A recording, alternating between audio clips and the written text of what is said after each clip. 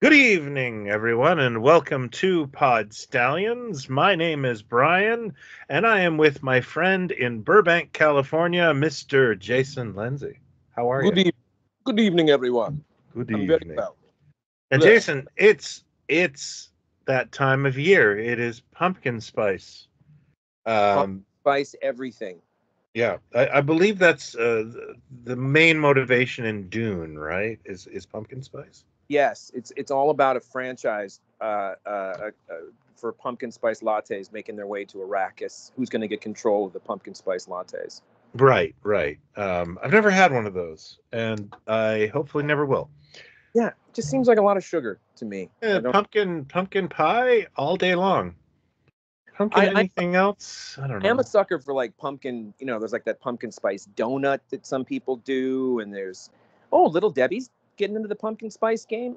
But it seems like pumpkin spice has kind of always been around, but then it became a thing like 4 or 5 years ago. You know what? I'm actually I gotta stop you right there because Little Debbie, this is a Dolly Madison sponsored podcast. It is. And I'll be perfectly even more honest. I haven't had a Little Debbie cake. I can't even remember the last time. But, you know, when you see the box and it's like, oh, look, it's like a little maple leaf. They turned the chocolate into a maple leaf. She's getting into the game, too. But, yeah, this is a Dolly Madison sponsored podcast. Always has been. Yeah. Even though I was born and raised on Vachon cakes. Which cakes? Which ones? Vachon cakes. Vachon? Very popular series of French-Canadian pastries that, believe it or not, they actually had to take the sugar down when they sold them to English Canada because we were like, oh, my, like there's just something about the Quebecer palate. They like sweet. But I mean, like they had names like Joe Louis, Mae West. I love Vachon cakes. Are they still around? Yes, they absolutely are. And every once in a while, my wife brings home like the caramel cupcakes or something. Not so much anymore because the kids don't live here anymore. But yeah. Caramel cupcake. That sounds good.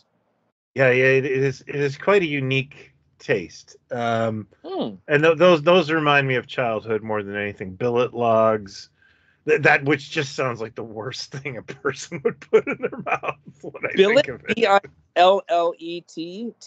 I think they're called like billet logs, and it was basically like a jelly roll with coconut around it. Oh, okay. Very good. Yeah, the jelly roll. It's kind of like a spiral, like it's rolled. You can roll it, kind of thing. Yeah. I think a lot of the names were French and translated into English, so they didn't always work very well. I mean, when Mario Lemieux was big as a hockey player, they had some sort of donut that they were selling in variety stores, and it was called, I guess it was, in French, I think it'd be Mario Bien. And when it came to Ontario, they just called it Mario Bun, which just was like something that made us laugh. It's like the Reggie Bar kind of thing in Canada. Anyway, segueing from snack treats to our subject this October. And you know what? I think it's okay because Halloween is always about snacks. We're going to talk about werewolves. We are. It just which it's not like we need October to talk about. Oh, no. I talked about werewolves all this month or last month too. In fact, I am designing a werewolf doll right now for Lincoln Monsters. Yeah. See, there you go. Perfect timing. And I literally just saw a trailer. I went to see Suitable Flesh, The Substance yesterday. Oh, how is that? That's some like Cronenbergian body horror, correct? It is fantastic. Huh. It is really something, and I do not say that lightly. It is like just when you think it's not gone far enough, it cranks up the volume, and holy cats! And both the leads, Margaret Qualley and especially Demi Moore, are unbelievably good in this thing. But they, all the trailers were horror trailers, And there's a new Wolfman coming, which is the one that I think my buddy Ryan Gosling was going to do a few years back. And it's the same guy that did the redo of The Invisible Man from a couple years ago. Yeah, it's Blumhouse. Yes, but it's that guy. I think that Lee Whannell, whatever his name is. Yeah, I don't know his name. I just know that, like, you know, Universal kind of wanted to do this Avengers, but with monsters a few years ago. Oh, the dark. What was it called? Dark Universe. And I was so like, here's my money. Yeah. Please let me watch this Schadenfreude. Like, even after seeing The Mummy, I'm like, I so hope they make 3 more of these. And this may not be a popular opinion. I've said it before. I don't think The Mummy is like this train wreck that it's made out. Oh no, it's kind of batshit, and you know, it is not, you know, like the worst film ever made, or worst horror film ever made. You see what they're trying to do, but it's just that I've seen it in other things. And I've seen it in other Universal films called The Mummy. It really wasn't like they made it out. I think it really got screwed by that trailer that had no sound. Yeah, and that was a bit of a faux pas. And I'm not a Tom Cruise fan, and I think he brings a certain layer of criticism to things. You're the gun is loaded in favor most of the time, but there's a lot of cynicism. Yeah, when people can kick, they will. And but as a and I will admit it was schlocky. It was very schlocky, and it was kind of a. But I did love Russell Crowe as Dr. Jekyll and Mr. Hyde. Yeah. Like, and him being the Nick Fury of that was like, okay, that's just gonna fall apart. That's kind of fun, you know. Yeah, it's a big fight to take off. Try to make that happen. Yeah, like I look at those kind of movies sometimes as like, okay, like, yeah, this has nothing to do with, you know, Karloff or any of that stuff. They have just gone, you know, theme park ride. And I can just sometimes do that, like with Godzilla movies and those other things. You can kind of, you won't defend them, but you won't go like, oh, that was horrible. You're like, nah, it was just kind of bubblegum crap that I've forgotten. It's you could see somewhere in there, for better or worse, somebody was trying to do something different. Mm-hmm. Universal Monster brand. What can we do? How can we hippify it, etc. Then along comes the same guy, I think, Whannell, the director who did that Invisible Man one, which was fantastic, which was really good. And you know, it takes an interesting, you know, route sort of to get where it does. And also Elizabeth Moss sold it. Yeah, she's great in it, and it had surprises in it, and again, not what you really expected that thing was going to be, because Invisible Man is kind of a creep. You know, he's always kind of well, yeah, I mean, but like I didn't like I don't know how to say this, but like the classics are the classics, and we can always go back to them. Seeing an interpretation of something means it's keeping it alive, and we may not like it, but you know, I'm 54, and I've seen how many iterations of Spider-Man and Batman and that sort of thing. So I like new twists on things. You know, like every season of Kamen Rider in Japan was a new rider. You didn't get to cling to the past. Well, that was done to sell toys, but it also kept the story going. I'm on record. I love Skull Island. I liked King of the Monsters. And then when it was Kong and Godzilla, I freaking loved it, and I love the new one. It's exactly what it says on the tin, and that's what I need. And they're see the last one I tried to watch, and I was like, okay, they've gone too dumb for me. Oh, I wasn't mad about it. I was just like no, I have to be like in a hospital room or. But that's the funny thing. I go back and watch the Toho stuff, and you know, the Jaguar one and whatever, and it's like this is really dumb. This is really dumb stuff, and we love it, and we've known it forever. But it's really dumb. Oh yeah, I think I do kind of think you know, in a 2-hour, 90-minute movie, I get my monsters for about 8 minutes. So if you're gonna bring it back and make it kind of bubblegum, then crank it up. Make it even more. Give Kong a big metal fist. I don't care. They're giant monsters fighting, in Egypt. That's all I care about. And they're doing that to me. They're doing it just right. It's connecting with people because they're huge. Oh, no, you know what? I have nothing against them being fun, because in the same year you get one of those, you get a Godzilla -1, which was possibly the best Godzilla movie I've ever seen. Now, see, that's interesting because our pal Matt Weinhold feels the exact same way. Really doesn't like the new stuff, the MonsterVerse stuff. I thought -1 was great. Yeah, really good. I maybe will watch it again someday, but that's about it for me. I saw it in the theater with my daughter, who I have been bringing to Godzilla movies since she was a little squirt, and it's a daddy-daughter thing. So, you have to add some points to it. But for me, I think that the major difference is that is still making, as beautiful as it was and as great as it looked, it still has the rhythm of all the other Godzilla movies. And you're either an old school Godzilla person, or you're okay with going, let's take a bigger budget, make it a little more silly, and have monsters fight. No, you know what? I disagree with that on the concept that I've boiled down Godzilla movies to two things: the Godzilla stuff and the ground crew. If the ground crew is boring, it's not a good Godzilla film. If, they amp up the camp and they try to do that, but, Godzilla versus Megalon, which was I think you were talking about Jet Jaguar. That's starting to get to the Skid Row era of Godzilla, where they really didn't, they were starting to run out of. But you couldn't, you wouldn't argue that the bulk of those films and each one of them is the human stuff, and then you get some monster stuff. They're all like that, and I mean, you get some cool mid-century Japan in there, but. What I was trying to say is, my favorite Godzilla movie is Mechagodzilla, Godzilla versus Mechagodzilla, because the subplot, the non-Godzilla plot, is about green space apes trying to take over the world, and it's like a 6-year-old me's fantasy where it's like Planet of the Apes and Godzilla, and I will fully admit, it's a dumb movie.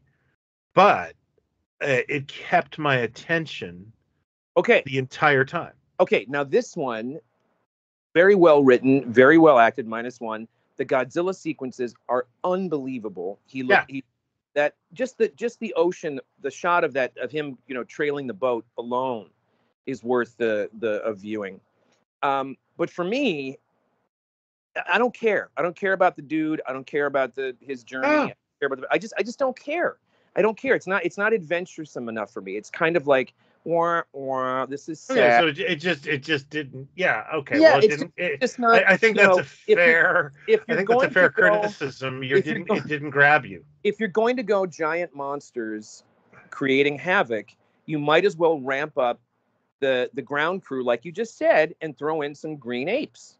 And that's what the new movies do. I think if I was in charge of Hollywood, a lot of films would include green apes. Yes, I don't think you could put them in anything in terms of endearment. Yeah. Oh my goodness, yeah. Oh, how amazing would that have been? As good as it gets, and just some green apes come in and attack Jack Nicholson. So I say, if it's silly on paper already, you might as well ramp up the silly. I don't need the heavy or the boring scenes or whatever. And so when Godzilla's back in -1, it's extraordinary. When he's off screen, just don't really care. But that's a fair thing to say. But it's a very good film.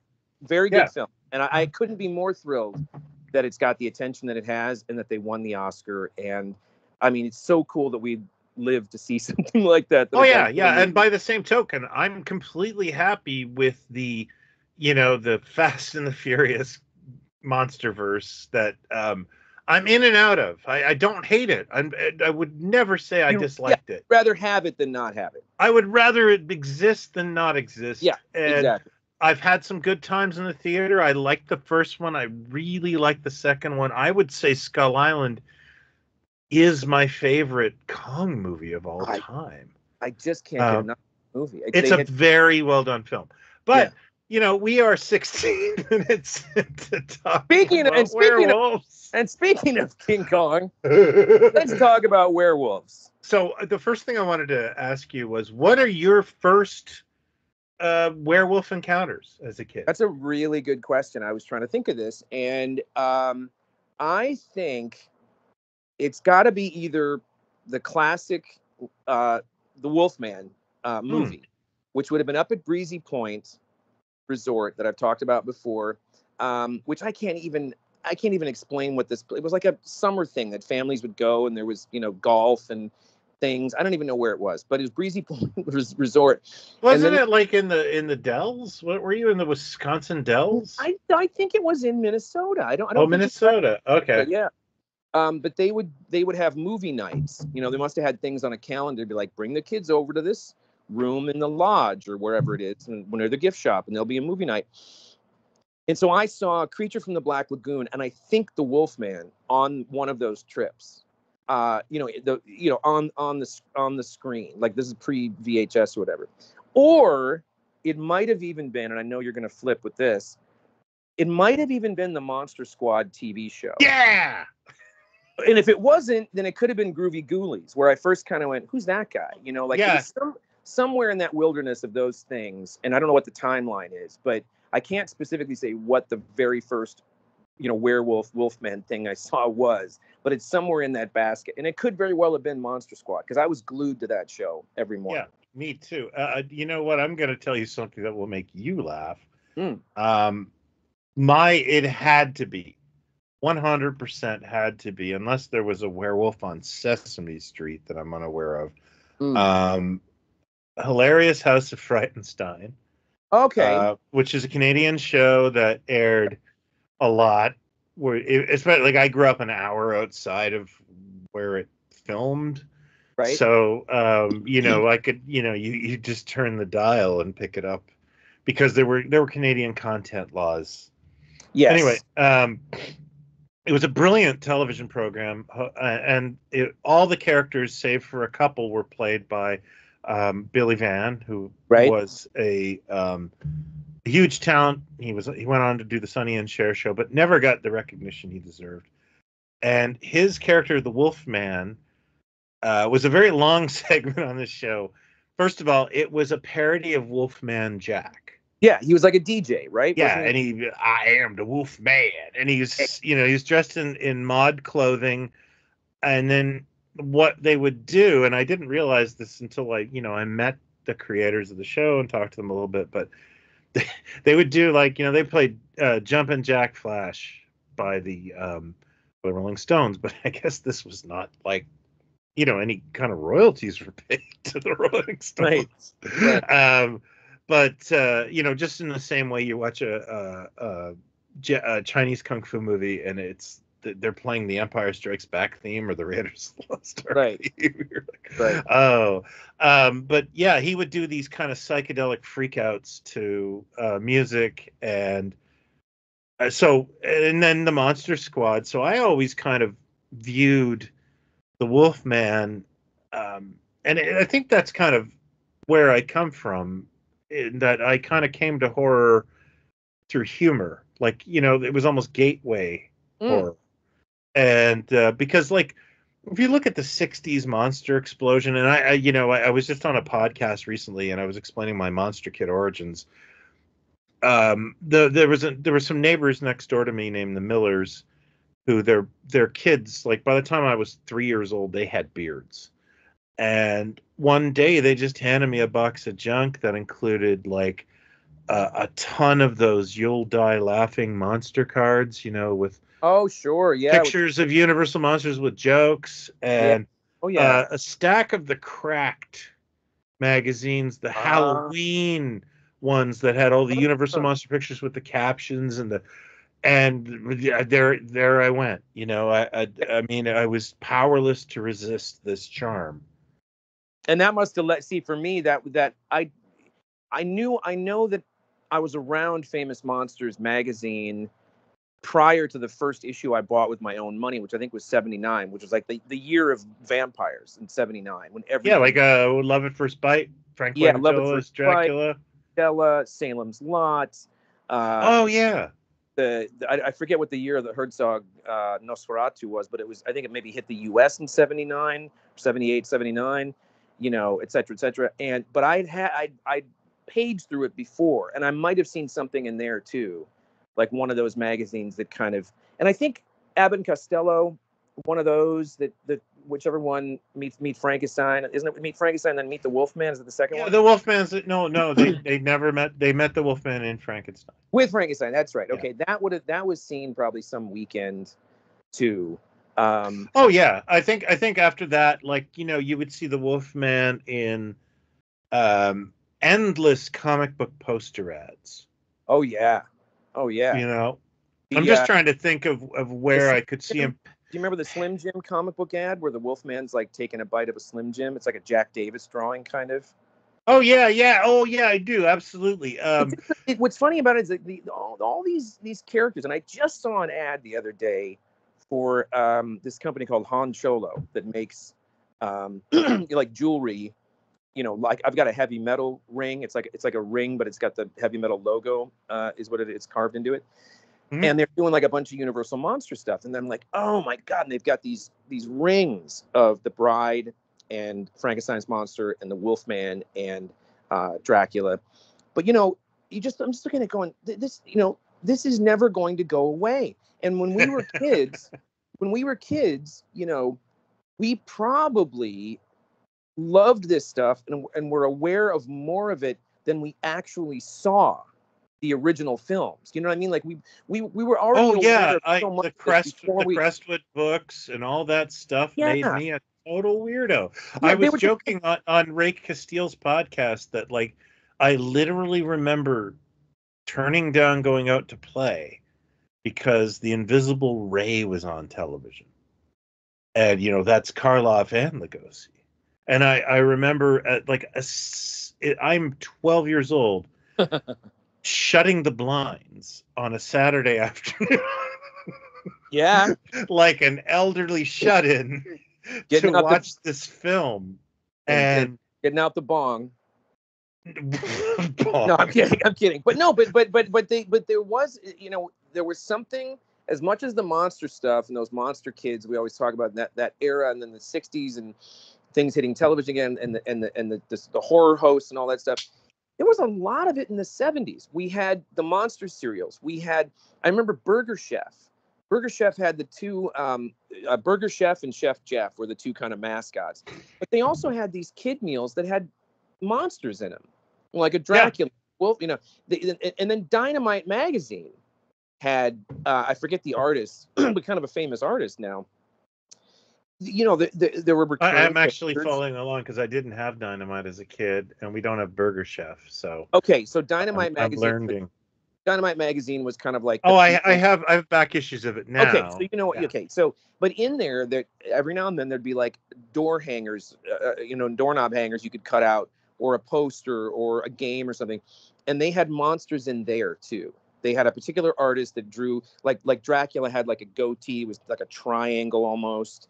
And there was a wolf man kind of thing. So these things were always kind of around, that we were aware of. And it's hard to pinpoint, chicken versus egg kind of thing. When did I actually see their inaugural films?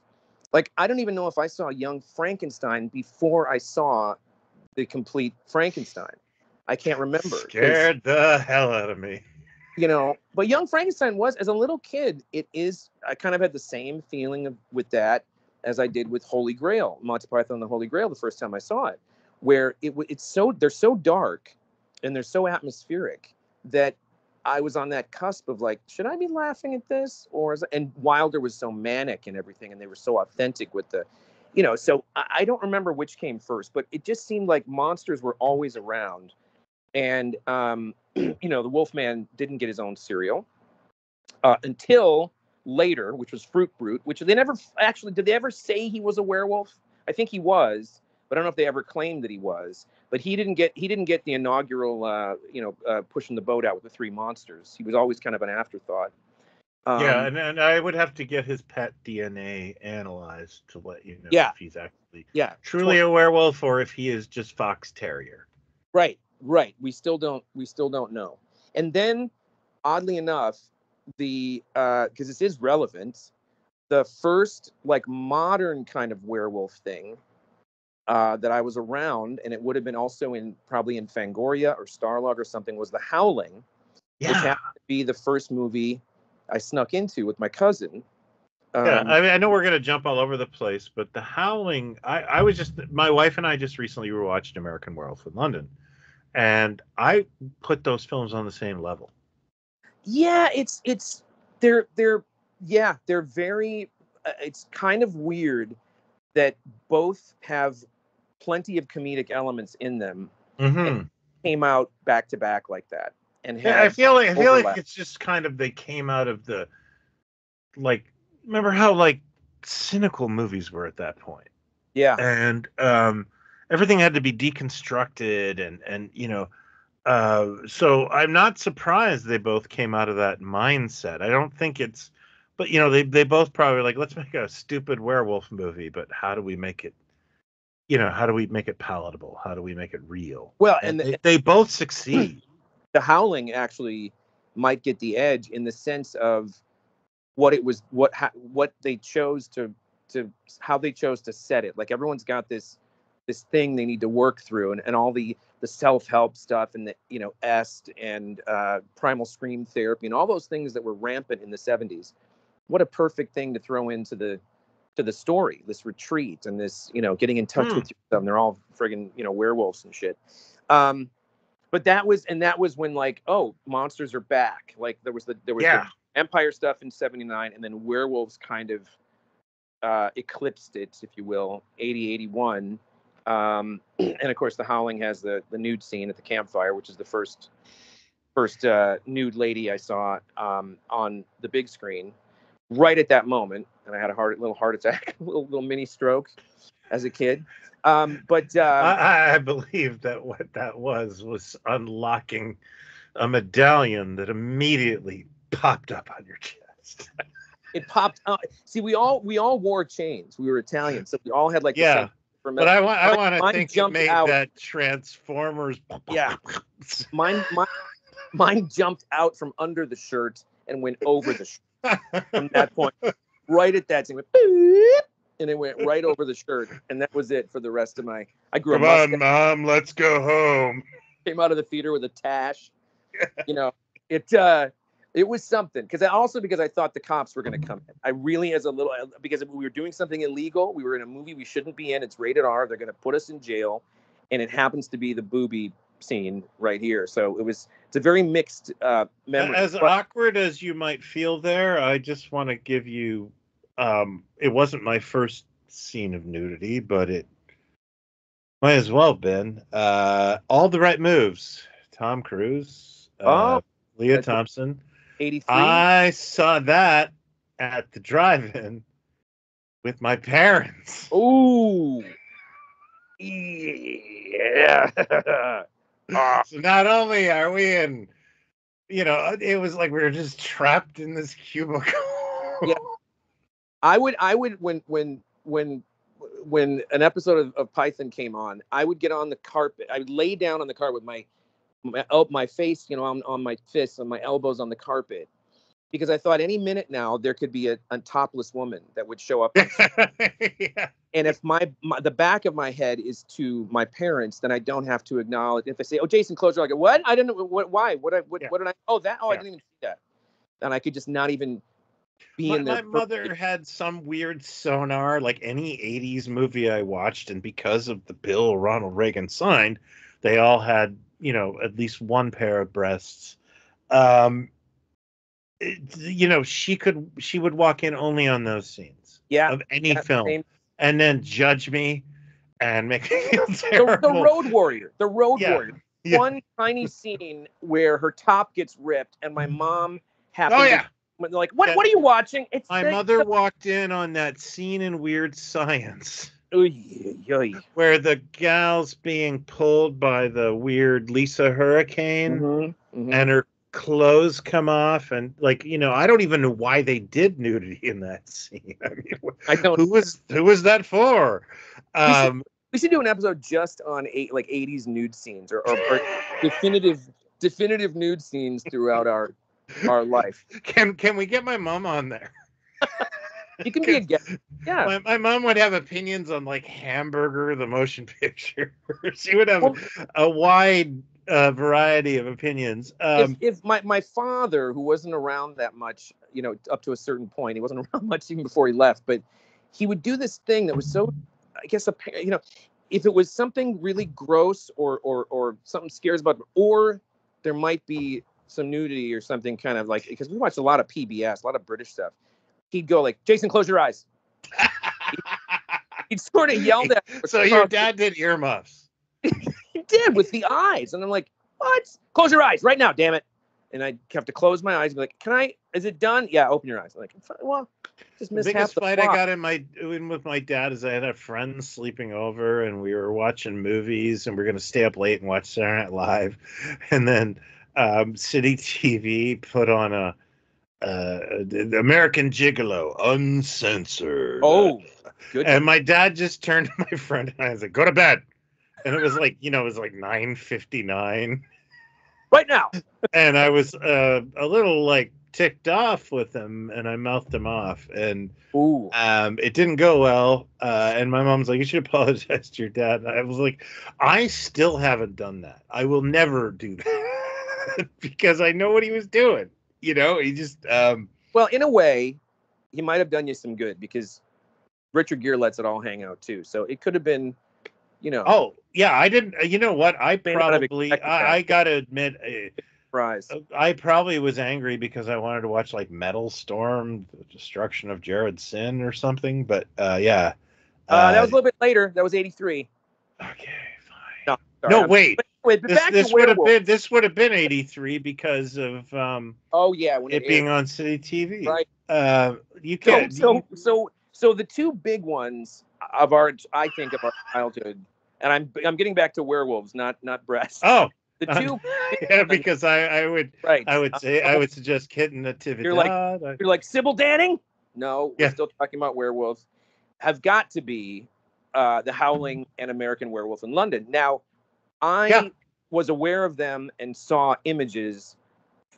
Before I saw, because we did the sneak-in thing, but it was for 10 minutes, and then I didn't see the whole thing until VHS, whenever that was, and then I didn't see American Werewolf in the theater until VHS. No, me either. But I would have been 10 years old when American Werewolf came out. Yeah, it blew me away.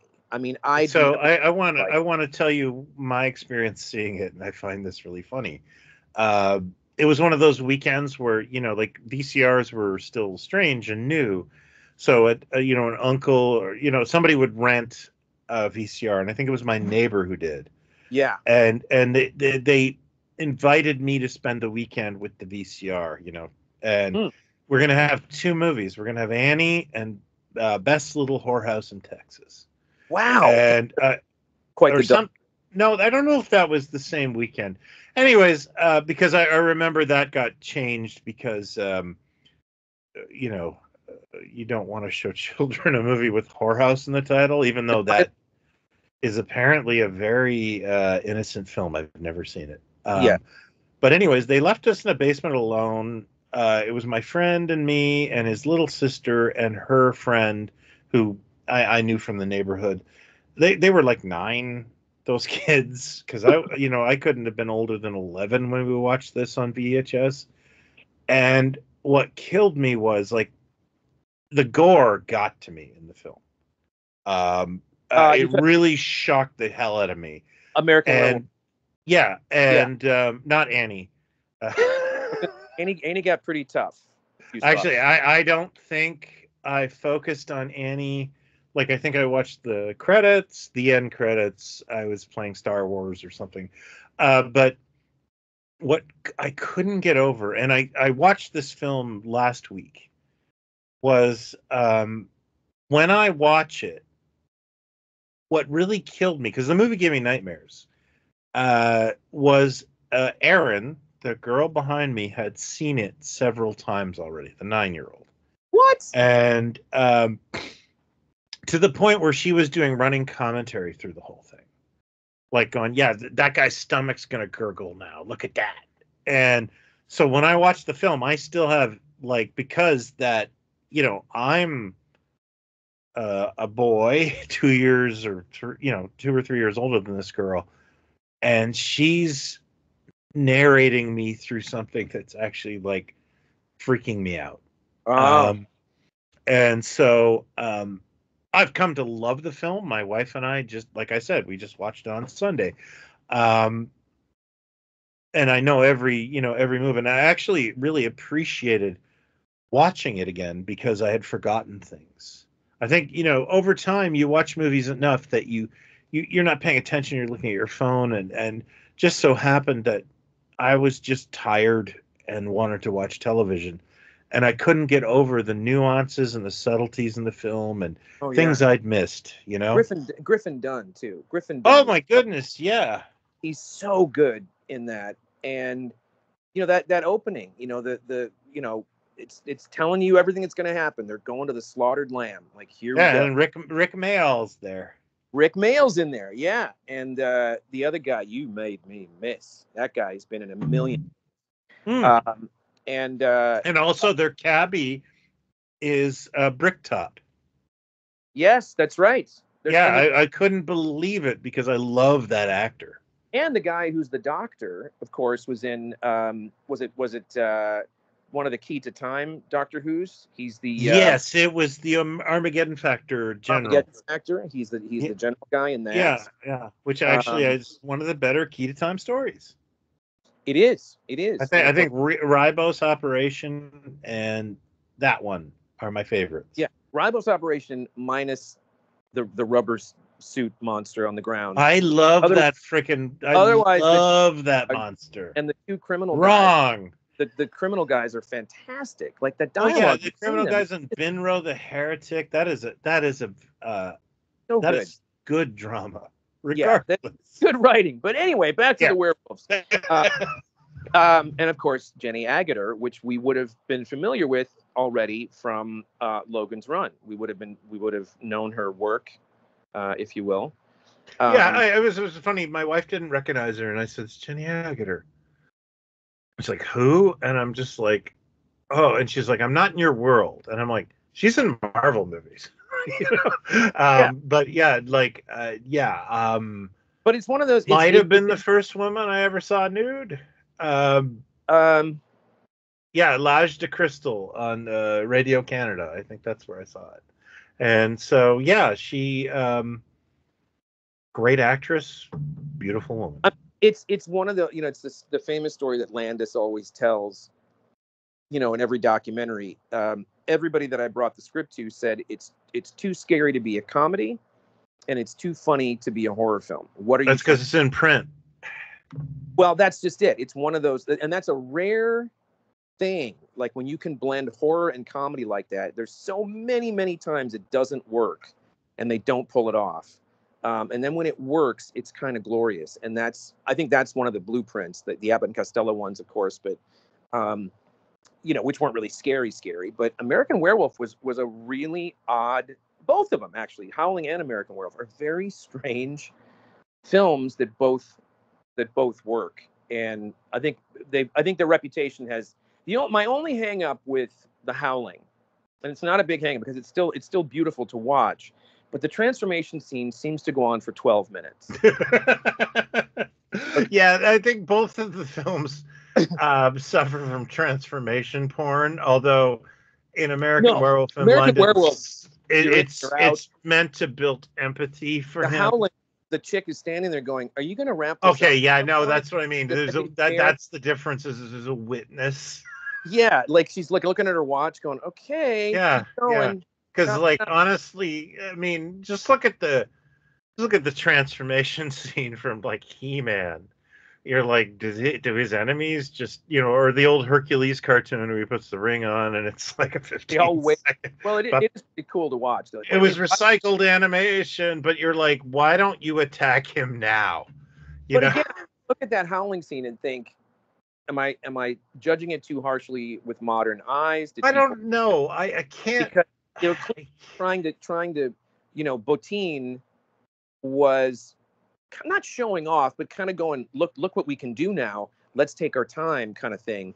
Whereas the we Baker, like bladders. yes, Yeah, the Rick Baker one is kind of like, I mean, the way that scene kicks off with him just getting up out of the chair and screaming it scared the socks off me the first time. I don't know. I think I saw the Howling. It's weird. I saw American Werewolf in London uncensored with a little girl telling me everything that was about to happen. And then I saw the Howling just on television probably a year or a year and a half after it was in theaters. And I remember like Buffalo 29 would have that thing where they play a movie on Friday night, they'd play it on Saturday afternoon, and they'd also play it on Sunday afternoon. And I think I caught every airing of The Howling because it was so compelling. And this was sans nudity. And, edited. So it wasn't like I was, yay, hooray for boobies. I actually really enjoyed the film. I think, I do too. And I think it's the atmosphere that it creates and the I don't want to say cult, but the retreat that everybody goes to and the history and, Dick Miller in the bookstore and talking about the history of werewolves and all that stuff. It's got a little bit more of an atmosphere and slight detective kind of thing when they're trying to figure out what the hell's going on. American Werewolf is a little more grubby.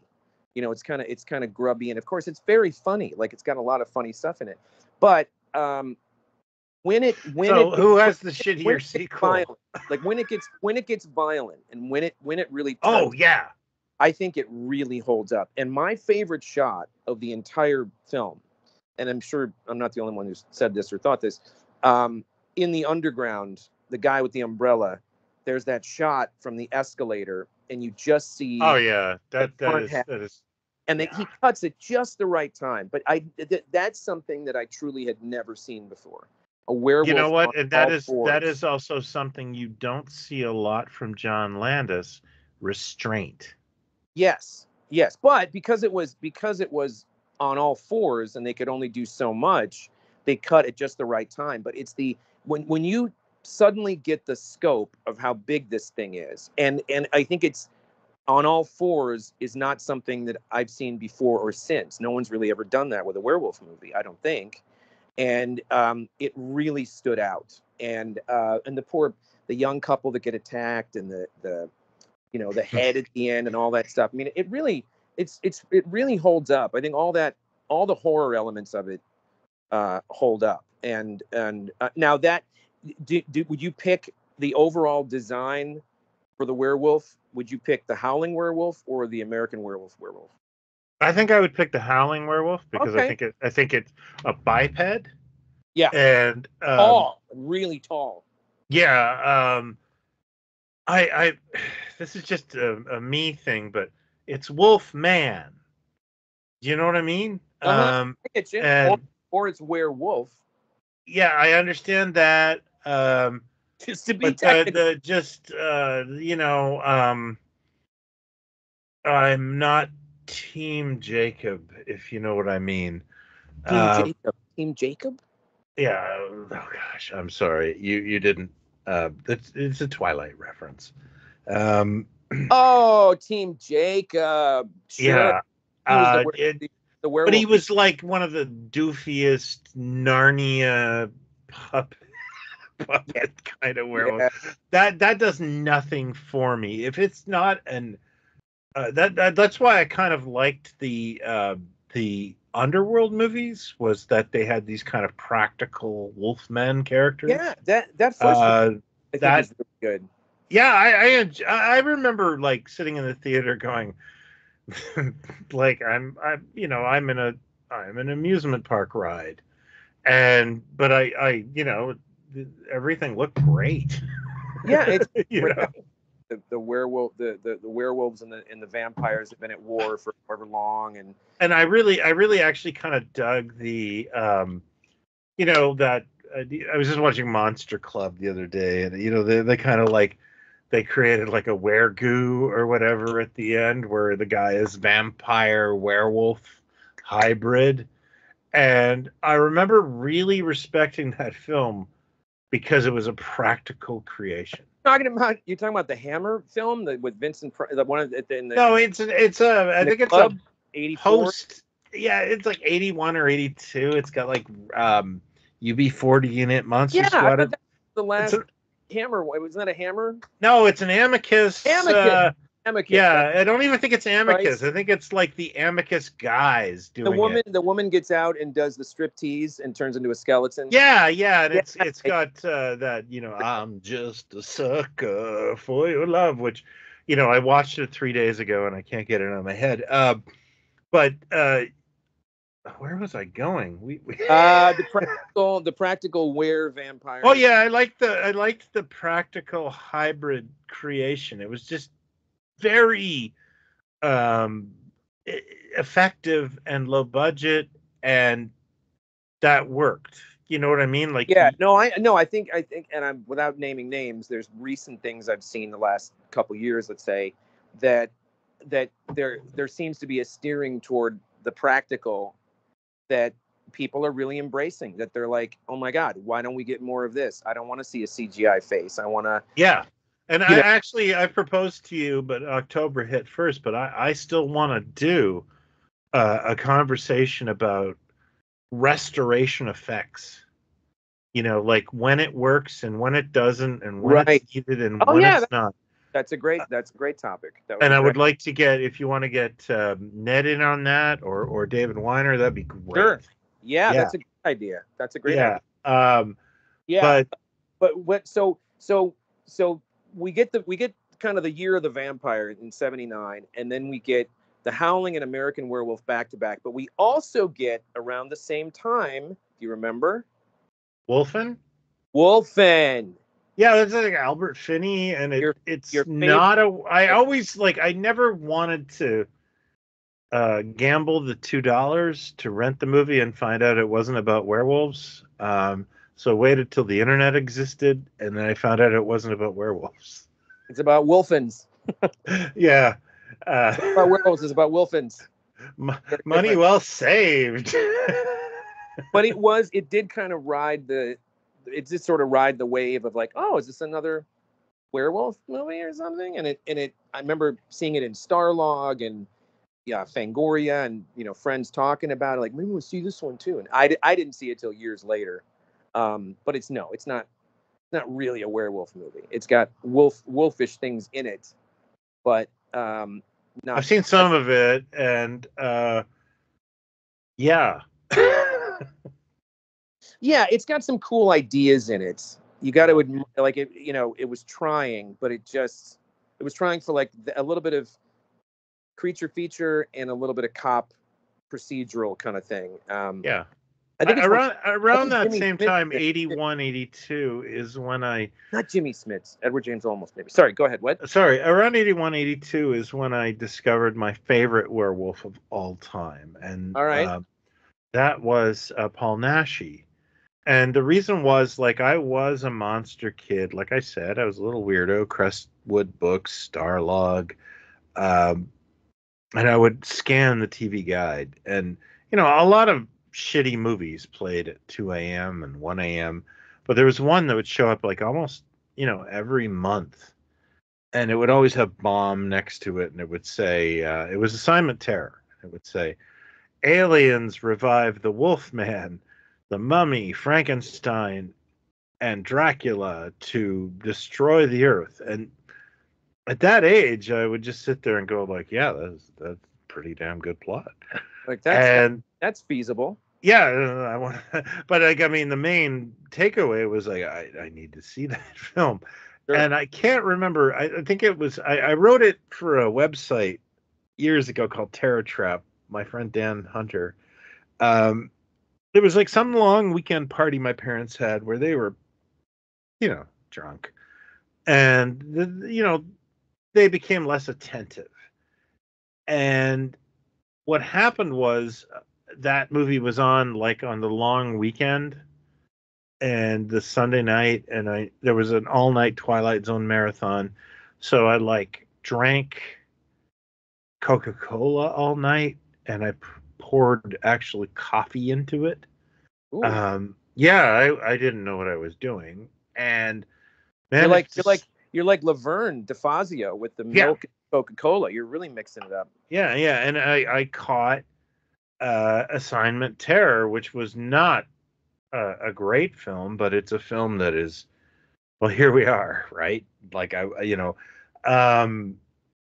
endeared myself to it, and the thing that really endeared me was this is low budget film. Michael Rennie's in it from Day the Earth Stood Still, but he is slumming, and the film's incoherent. It was plagued by problems, but at the end, Nashi's Waldemar Danaski becomes the werewolf and kills Dracula and kills the Mummy and kills Frankenstein.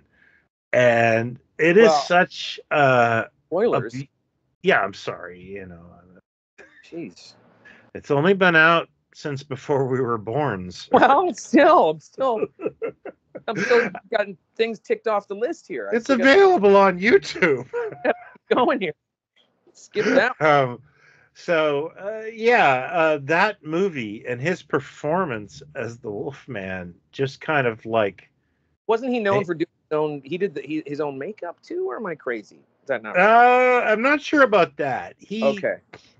But what he is like the first generation of monster kids. Like he was doing these films because he grew up in a terrible time in Spain's history, and he was doing the things that made him happy, and it's such a healthy, wonderful thing that I just think Paul Naschy is the greatest werewolf ever. Wow, ever, like top of the list. Yeah, not to say that like best design and best. No, never. Oh. Never the best design. We got to go through some of the classics, but I'm trying to get to. Oh, like, the most iconic design of werewolves has to go to Lon Chaney Jr. and Jack Pierce. Yes, and that, but I'd also pick the one. I love the one. What's the one I'm thinking of? Oh my God, I'm thinking of the actor's name, and I'm drawing. Werewolf of London with the Henry Hull. Henry Hull with the underbite. I love that. I absolutely. But that was actually a demand of Henry Hull. Yeah, well, I'm just saying as a design. Yeah, no, it looks good, but and Werewolf of London, other than being a very cool song, and you might just reminds me if my daughter's listening, I want my Leho Fuchs shirt back. Yeah. Oh yeah. Leho. Oh yeah. Oh yeah. I know it's being passed around your dorm, but you can. Sure. Yeah. But yeah, I would have to say that that it's an iconic look, but it does not. Nobody thinks of the Wolfman and doesn't think of no. Yeah, of course not. Unless they're related to Wolfman Jack. Well, now let's go back. Let's jump around here a little bit. So Wolfman Jack, besides all the other monster stuff, he was a fixture in our childhoods, and I forget when he showed up on the scene in the 60s or late 50s. I forget when. I would have to say it was the late 50s. But he just was a guy that was he was everywhere. He was on every show, the Midnight Special, all those things. Hey, everybody, it's Shadow. I mean, it was a long career to pull this He was off. selling acne medication in the 70s. Yes. But that's like me selling acne medication now. But he was like, hey, I get what the kids are into. You got Zix, man. Check it out, But he's just sitting there like, what the hell? But I'm trying to think of. I was trying to think of significant werewolf stuff in the 80s. Teen Wolf. So we also had. There was the first Howling sequel, which Sybil Danning, I believe, in Howling 2. So those like that one. Howling 2, we could do 10 episodes on and not extinguish it. That saw the inside of a theater, is what I'm saying. That actually made it into theater, right? Yeah. Didn't it? Because then after that, isn't it kind of direct to VHS after that? They made like 15, Howling movies. Oh yeah, and like I said, I would have rented that. Just do some I've seen all those Howling movies. I think I've only seen 2, like 1. Yeah. But I mean, that would have been something I rented. I would have been looking for werewolf movies and renting, older ones and so on. But I'm trying to think of, and the next thing I can think of is the Monster Squad movie that has a werewolf in it, which I did not see in the theater. I saw on VHS, didn't know what it was whenever it first appeared on VHS, and enjoyed it and thought it was fun. I didn't think it. I mean, who knew that it was going to be a cult kind of thing? But that's that's a cool design too. Now that's Stan Winston. I think. Yeah, that would all the designs, the Frankenstein, the creature, amazing. Hollywood on its. I just think the film failed because it was tonally weird. It is weird. It's because the kids are swearing and smoking, and they're just like, you needed to go this direction or that direction with it. It was very much. I heard a great interview recently in a podcast with Shane Black, talking about his career, and the guy goes back to when he started in the 80s, and I think he was living with Fred Decker. They were living in the same apartment, maybe another dude, and he just starts telling these stories about like what a haven this apartment was. Like, if they had an open sign from a bar in the window, and if the neon was on, it meant if you were in the neighborhood and you saw that the light was on, come on up to the apartment. We're going to be talking about movies or arguing about movies or talking about writing or whatever. And he just starts listing off the names of people that either lived at this apartment or were in their orbit. I mean, David Fincher, the dude, Ed Solomon, I think, like all these guys, every one of them ended up becoming a major screenwriter or had films made. None of them didn't end up doing anything. It's a pretty extraordinary little world that they were kind of in. And I think, Shane Black, I don't even know if he'd sold Lethal Weapon at that, because what was Monster Squad? Lethal Weapon was 87.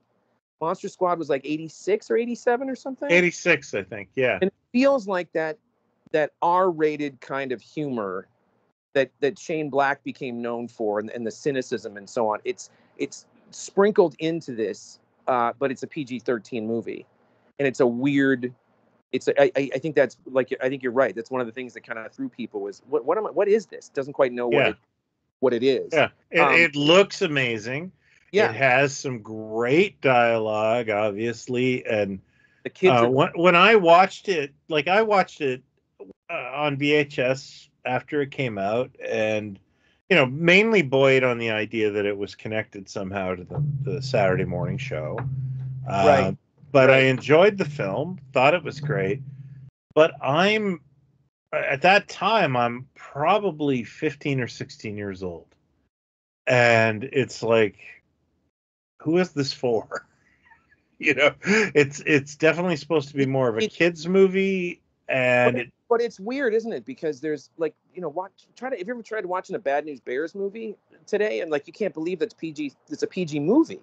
So I agree. Like, that weird realm of 70s, 80s, where looking back, you kind of go, you wouldn't put that in a PG-13 movie today. Like, it was just these weird little hiccups that were in a lot of movies that we saw, that looking back, are kind of shocking, I suppose. Take the same kid today and put him in front of that or whatever, it might be might be a little odd. But I don't remember anything on, like, I remember the Cliffhanger TV show that there was a vampire one, and but I don't remember anything on television. Oh yeah, you don't remember the first season of the Fox broadcasting system? So you're going back to what, 87? 87? Is that the one where George C. Scott played the president? Is that that launch? That is yeah. I think we had like shows like Beans Baxter, Married with Children, and Werewolf with who? Chuck Connors. Do you don't remember Werewolf? No. Wow. Chuck Connors in a TV show called Werewolf from 86 or 87. And let me blow your mind. Chuck Connors' character is named Janos Skorzeny. Oh, that's interesting. Yeah, and what it was about, it's just the Hulk.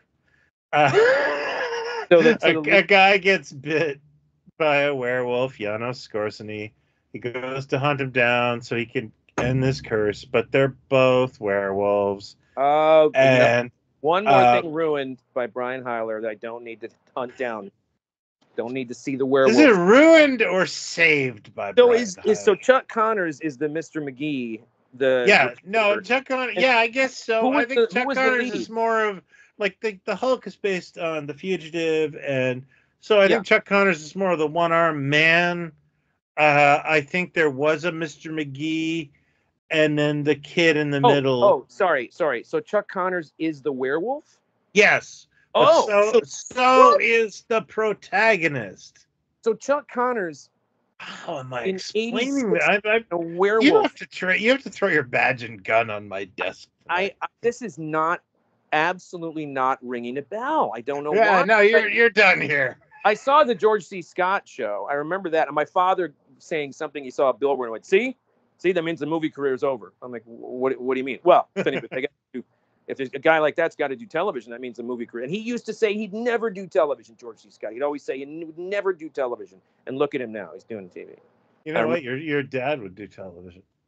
And I think was Madeline Kahn in the George C. Scott president show? Was she like a vice president or something? I forget. I honestly saw one episode of Mr. President. That was produced by Johnny Carson, and it wasn't George C. Scott at his height when he was getting a football in the groin, but it was a fine television show. It's no Mr. Smith. Let's put it that way. It's no hardcore. The series that was also on Fox, opposite Werewolf. Hardcore, the series. Yeah. The miniseries. Turn it off! Okay, so then we get to the 90s. Well, wait, shit, have we already done with the 80s? Like, I don't know. It seems we like actually didn't touch the 40s. Right. No, I was going to go backwards to the classics, but like it seems like there's werewolf, like there's a great werewolf movie called Ginger Snaps. Have you ever seen this? Yeah, it's a Canadian film. Great flick. Like stuff like that will sometimes jump out and you're like, oh, that's, in The Company of Wolves, the Neil Jordan film from '84 is a that and actually, what's really funny about that is the main takeaway from that film is the transformation where the muzzle comes out of the mouth, and that was mimicked in the Werewolf TV series you've never heard of. Oh, so they stole it from The Company of Wolves. Oh, they absolutely did. Television, That's it. That movie's bonkers, man. Like the wedding. It's got Angela Lansbury in it, doesn't it? Angela Lansbury and Stephen Ray and who's the young actress? I forget. But that whole, remember that like wedding scene where they're all in Victorian, like Mozart type clothing, and they're all turning into werewolves and stuff, and it's got great visuals in it. It doesn't fully hold together, but it's really good. It's very music video-ish. Yeah, and it's sort of a portmanteau, but not really. It's got different little stories that you branch off into. So that was '84, but I know I'm missing things from the late '80s around that time. What am I? Oh no, that's Cat People. That's not a werewolf movie. Is it or isn't it? Is it though? Well, I mean, they're panthers though. They're turning into big cats, so not quite, right? I don't know. I've always felt like Cat People was I don't know, just another. Well, it's got transformation stuff in it. It's got that. That's probably why it sticks in my head as something that fits the category, sort of. Come on, help me out. What else in the 80s, 90s that had like transformation? I don't quite want to get to Van Helsing just yet. Film. So is there something between in the company? I think what it is werewolf films are a little more expensive than vampire movies or zombie movies. Mm-hmm. I'm just trying to think of influential 80s. Yeah, we were inundated with Howling sequels. Yeah, a lot of those. And oh boy, yeah. Let's Well, we could also say that Kolchak had a werewolf episode. The Night Stalker had an episode, but that's absolutely, yeah. But what I feel like there was more stuff in the 80s, and we're going to get letters about this if we don't start thinking of. Yeah, of it'll stuff. be like that scene in Miracle on 44th Street. Just bags and bags of letters. You know, I was talking to Rockford J the other night. We were back and forth on Facebook Messenger, and Wrath of Khan came up or something, and it was some video or somebody that was, well, you know, he says he recognizes Chekhov, and Chekhov was not in the first season of the show, and Yeah, so because he wasn't like scrubbing toilets somewhere. I immediately had this image in my head of reading Starlog in a letter. This is in '82 after the movie came out. First guy that must have got home and like, I'm going to write a letter to Starlog right now. This is egregious. And, you know, writes... Dear Carrie O'Quinn. Carrie O'Quinn. I don't know if you noticed, but I certainly caught a major faux pas in the second Star Trek film. And then Starlog, in its wisdom and diplomacy, their answer was, well, that's true, but he may have been a crew member that we never saw on screen in the first season, and there's a chance that Khan would have seen it. But you just go, God, even back then they were doing it. They were sending him letters, correcting shit. What they needed to do was send an army blanket with the answer. Right. Astronaut ice cream, too.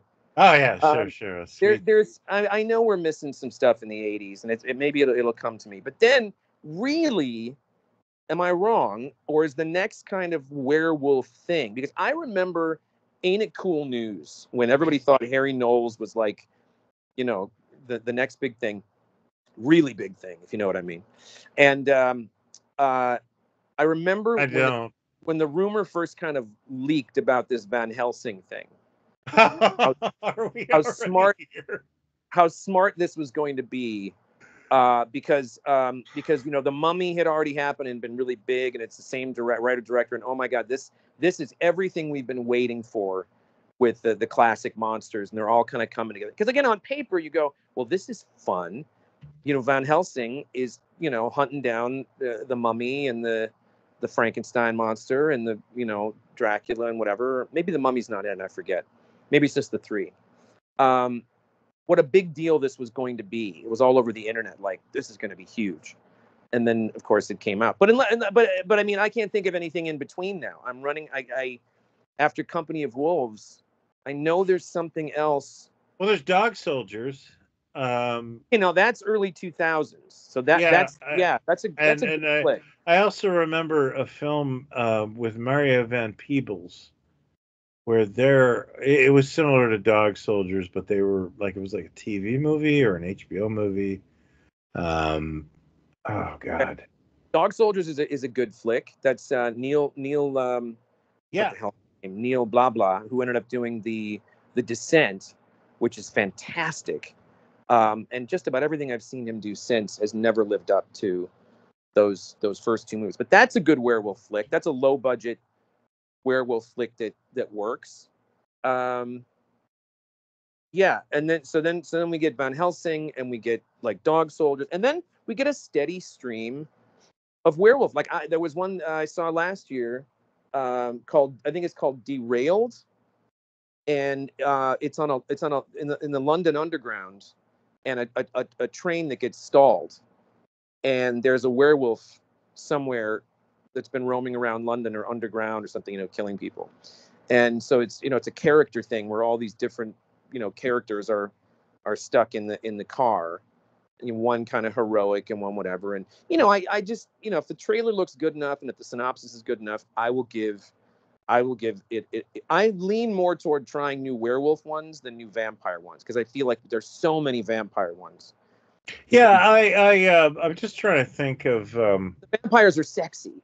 Yeah, I understand. Yeah, and I do get that, and werewolves also. Like vampires feed. You understand why they kill, whereas werewolves just kill, and I don't. That turns them into kind of like aliens. Right.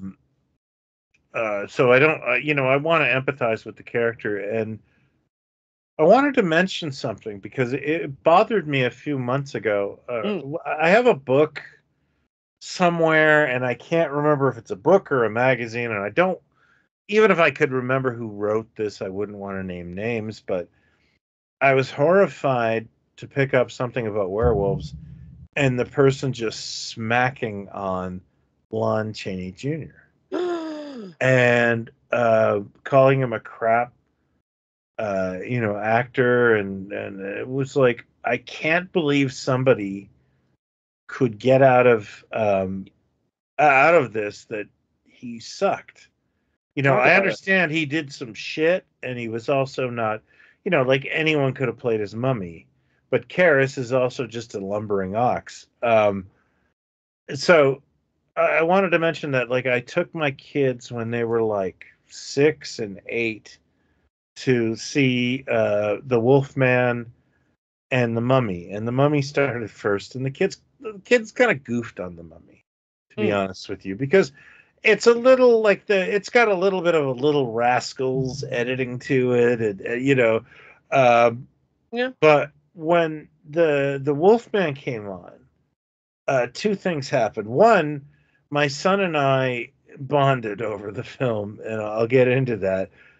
But the other part was, when the lights came up, my daughter was crying, and Sure. I just remember thinking, like, yeah, he's a really good actor, because I think he's horribly and woefully miscast in the film. You're right. He's not the young dashing, because the thing is, it's a tragedy. Yeah. It is sad. It is, most werewolf stories are sad because but it's like, I'm a British nobleman, and here's my hobo-esque son who's 2 years older than me. Now get him a drink.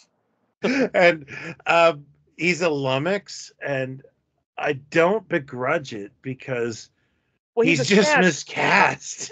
But he looks super sad too, so you kind of that adds. Yeah, no, he brings the, like, because you watch the film and go, like, was Mom a boxcar hobo? Like, why is he so rough around the edges? Why is he so broken? And I think the only thing that you just kind of feel sorry for him from the onset, he's got those. He's kind of got those sad, pathetic eyes that just. Oh yeah, like my son and I don't know if I've told this story before on the podcast, because I don't listen to the old ones, but my son and I will occasionally greet each other to this day, where he'll say, "Hello, father," and I'll say, "Hello, Lawrence," and we'll shake hands awkwardly, because, like, it just even at his young age, he was like, that's not his dad. Well, didn't Lon Chaney Jr. kind of didn't he kind of like his cups a little too much? Oh, yeah. I don't know if isn't that a thing? Hollywood at that time, if he was a lightweight or a heavyweight, but right, he was a heavy drinker. Yeah, he was no Errol Flynn, but he liked his. He liked his pops, and I'm not gonna begrudge that part about him, because it's very obvious later in his career. But I do kind of think, if we wouldn't be talking about the Wolfman based on Henry Hull's performance. Oh no! But also the design, the Jack Pierce design. Oh yeah, it's beautiful. It's so striking, and I also love the feet that we get. Yep. That shot. That's just inspired. And that's and we only recently started to get action figures and toys that kind of emulated that. And the famous what's his name, Mickey Hill, who does all the life-size recreations of Jack Pierce doing Karloff's makeup and stuff that you see at monster shows and whatever. He was the first guy that said, no, he's not brown. They used yak hair. Pierce used yak hair for that, so he's gray. So he would make the life-size models, gray. But we're stuck with Frankenstein being bright green, and Frankenstein's monster being bright green, and the Wolfman being. I'm okay with Frankenstein's monster being bright green, but I hated when his jacket was. When was his jacket bright green? Was he on Miami? It was in licensing stuff, and I think a friend of mine brought that up, and then it just like drove me crazy. Oh shit! Wait a minute. Speaking of monsters, the Werewolf by Night comic in the 70s. Oh yeah, another thing that got the monsters into the Tomb of Dracula. what was it? House of Frankenstein. The other one. And there was a cartoon called Fang Face. Fang Face.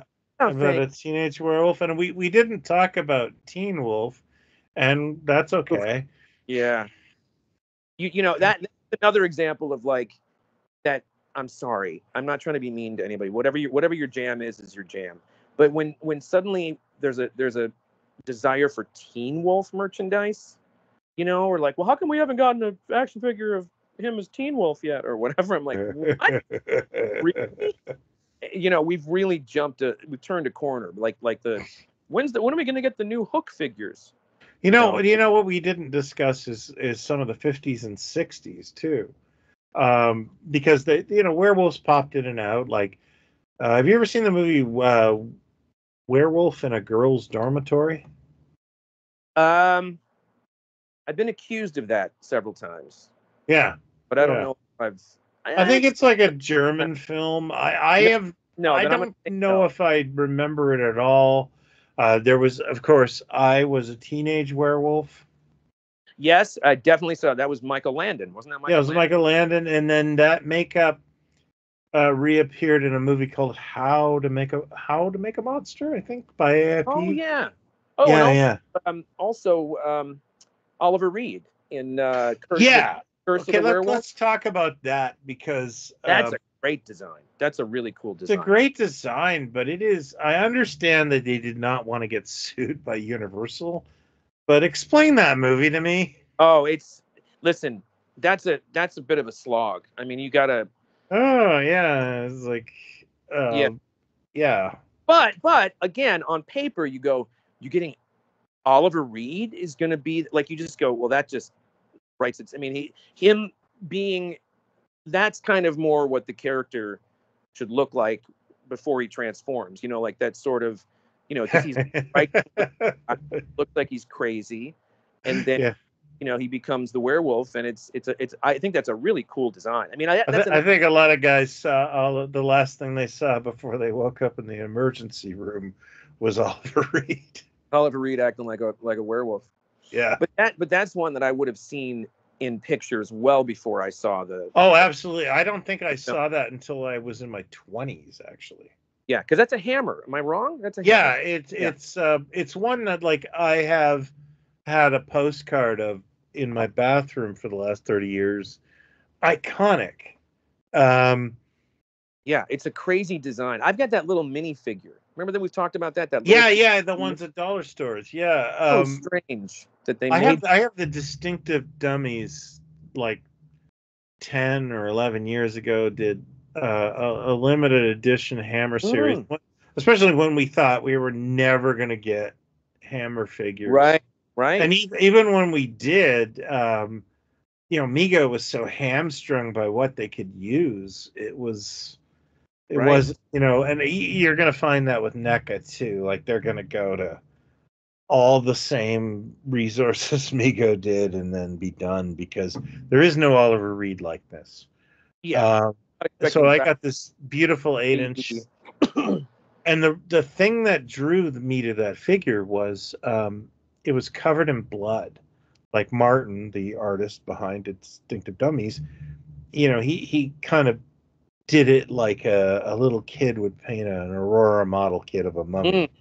And the action figure I'm working on right now for Lincoln Monsters, I'm doing the exact same thing, because that's what made me buy that from him.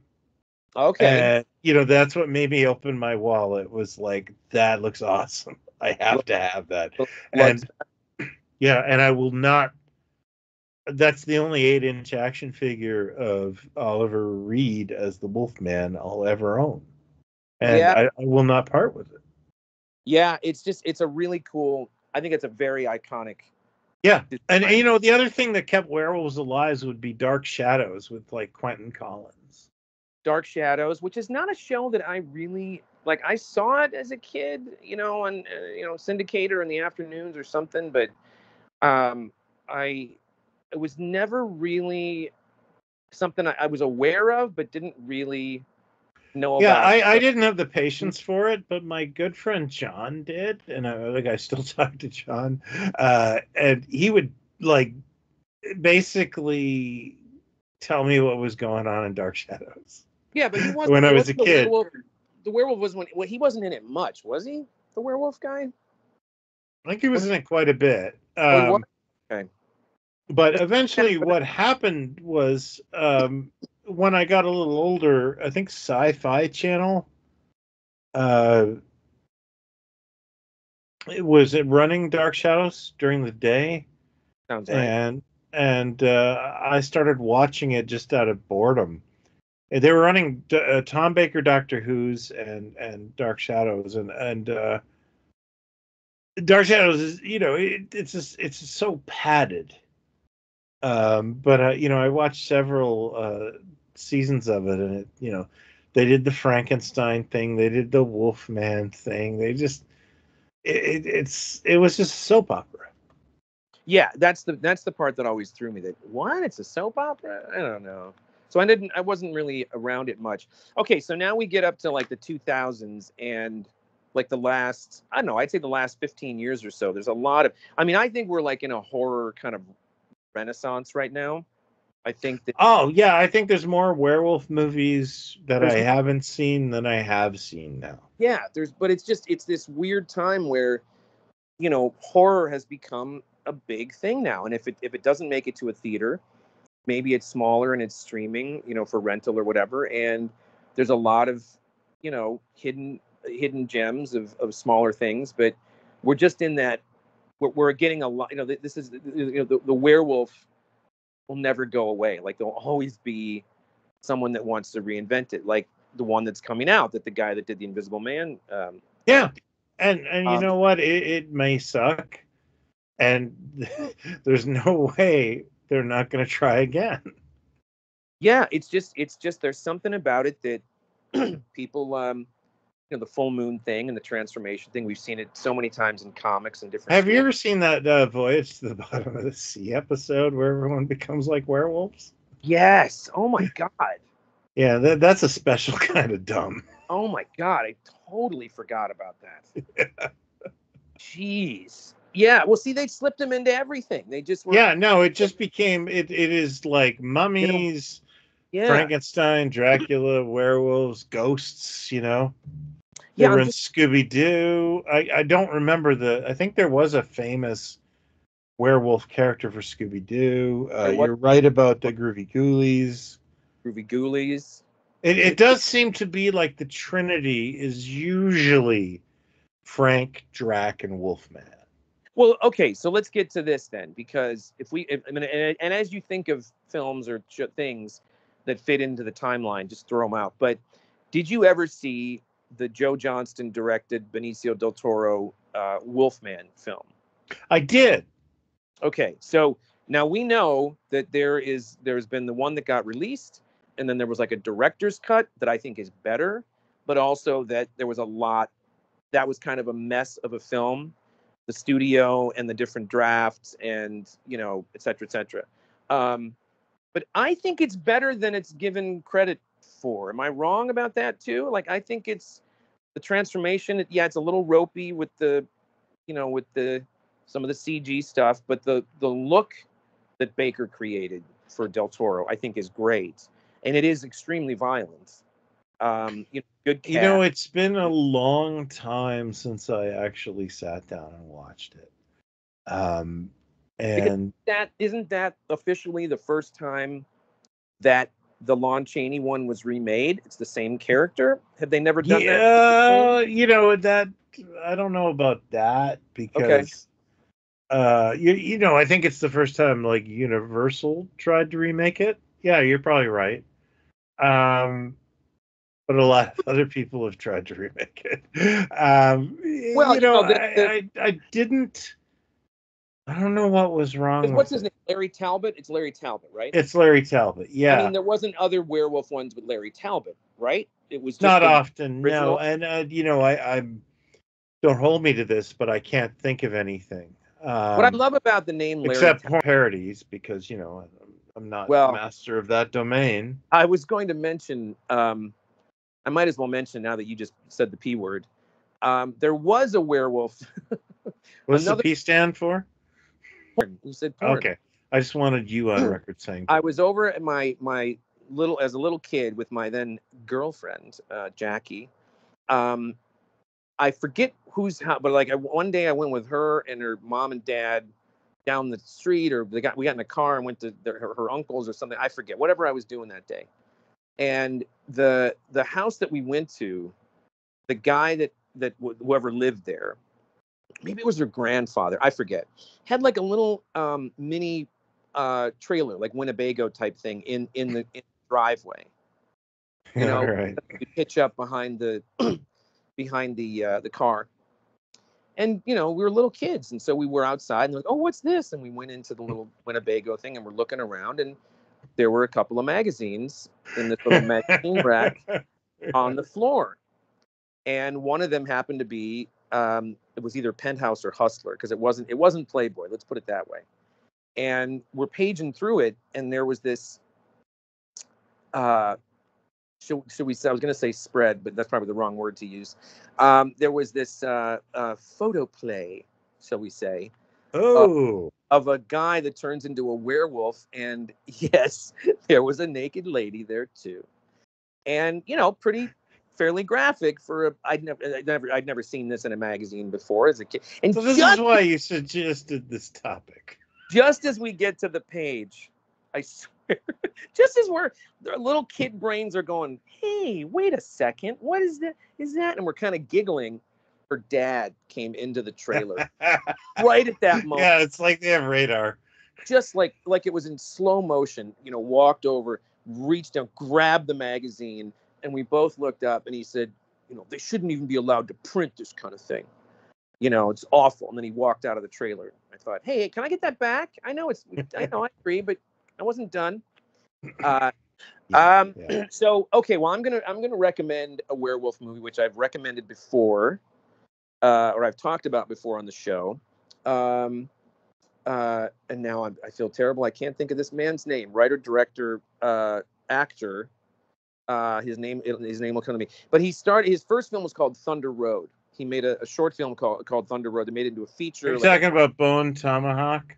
No, not Bone Tomahawk. This guy that made Thunder Road, I think he got like a Sundance Prize and made it into a film. And he's made several films, and he always kind of walks the line of little squirmy, and you want to laugh, but then kind of dramatic. And he's a great actor. Anyway, his second film was called The Wolf of Snow Hollow, and it came out right around COVID.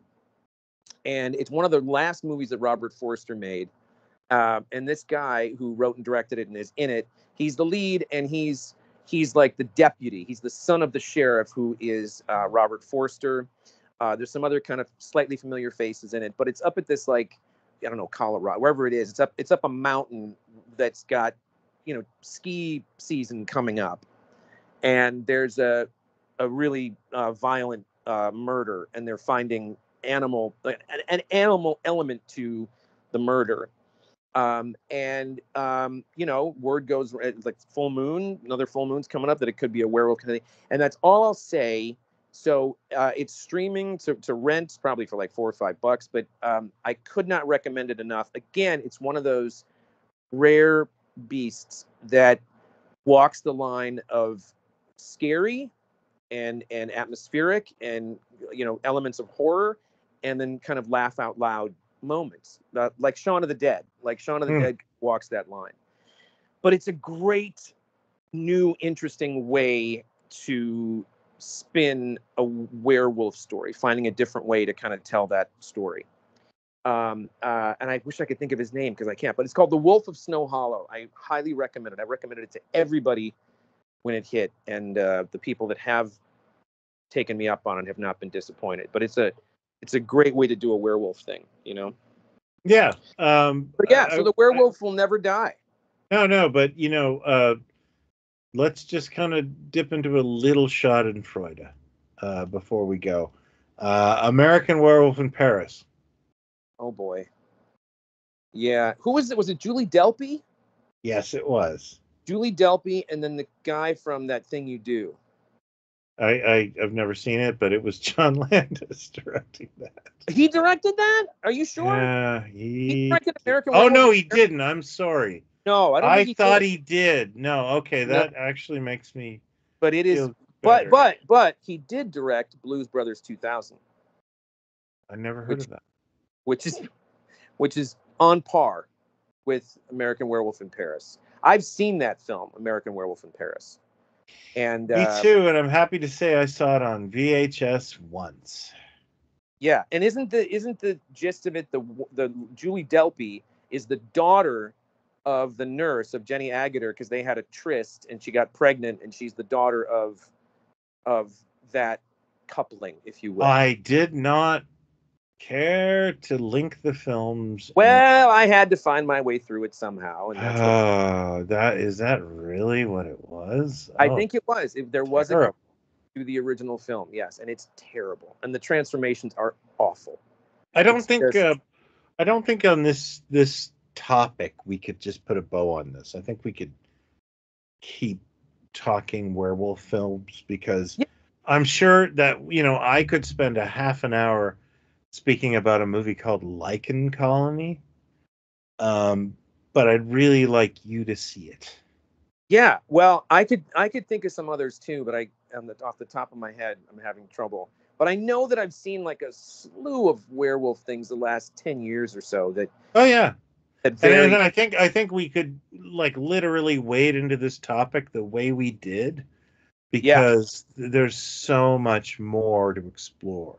Yeah, he's a perennial. He's I do really. I mean, I think what it is about him is he's empathetic. He is the thing that so many are sad. So many of the stories end up being kind of sad. Yeah. I like the werewolf movie to be a happy ending. He gets to kill a bunch of people and then he gets to live to see another day and make it to another film. But most of them are very tragic. I always kind of want to see the werewolf movie where he's it's almost like a revenge story. He's this picked on person who's so good and nice. You get some of that in that Joe Johnston remake with Benicio. He really is. Oh yeah. He is put upon in that. So when he goes off, you're like, yeah, fuck you guys. Yeah. Taking heads and shit. Yeah. Yeah. But there you go. There's part one of our annual 2 episode October fun fest of scary stuff. Shocktober.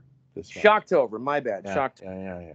Yeah. I my bad for not telling you of my lame branding.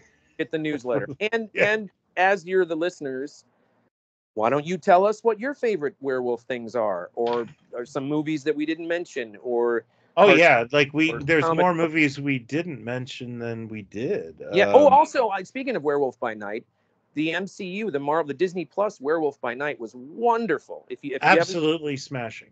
Yeah. Fantastic. That was so much fun. I wish we'd get more. And if you haven't seen it, I'm not going to say anything about it. Just run to check it out on Disney Plus, Werewolf by Night. Great. Yeah. Great. I would like to see, I'd like to see Marvel's Dracula and Frankenstein as well. Yeah. Bring it, man. Bring it on. Yeah. No, Werewolf by Night. I never read the comic as a kid, but at Mego Meet, my friend Todd was doing these custom 8-inch Mego Werewolf by Night figures, and unfortunately, he didn't actually end up bringing them to the show because he forgot them. But I couldn't believe the line that had formed for that figure. And even me, a person who has no contact, was like, "That is such a perfect." The cool design. It's such a perfect toy design. Yeah, they did Toy Biz did a. I remember that set. That was fun. Maybe it was. I don't know if it was Toy Biz or Hasbro. They did a box. I think it was Toy Biz. The Monster Squad. The Dracula, but the Werewolf by Night is great, and the Frankenstein looks a bit like a Bernie Wrightson kind of thing. And then I've got a Man-Thing figure, so I've got Man-Thing and Werewolf by Night on display. Do you have giant size Man-Thing? Or is it double size Man-Thing? Now you're getting personal. Remember. Now you're getting personal, and I don't know. Yeah, I am. I'm getting personal in there. I have a giant size Man-Thing. Maybe that's a good spot to wrap it up. Clearly, me mentioning an issue of Hustler has turned the conversation to Phil. Yeah, this is a Jugs podcast. I won't be a part of it. It's our sponsor, Jugs. Well, there you go. There's part 1 down, and part 2, who knows? Who knows what it'll be? But let us know what you guys think and what werewolves you dig. And we haven't even gotten to Moon. What was he? Moonwolf? What's the one from the Spider-Man comic? Manwolf? Manwolf. Yeah, I love Manwolf. That Power Record set. Oof. Yep. I had that, and it may have inspired something I'm doing right now. There you go. See, it all comes around. Yeah, it's full circle. Thanks everybody. And, give us I'd love some feedback in the Pod Stallions group or on the YouTube page. I can't believe our YouTube page has got 21,000 subscribers. Thank you so much. That was a fantastic surprise. There you go. And now with this one, it's going to be 22,000. You watch. I hope so. That'd be lovely, because this was a fun conversation, sir. Fantastic. Part 2 right around the corner. You got it. Thanks. All right, everybody. Thanks.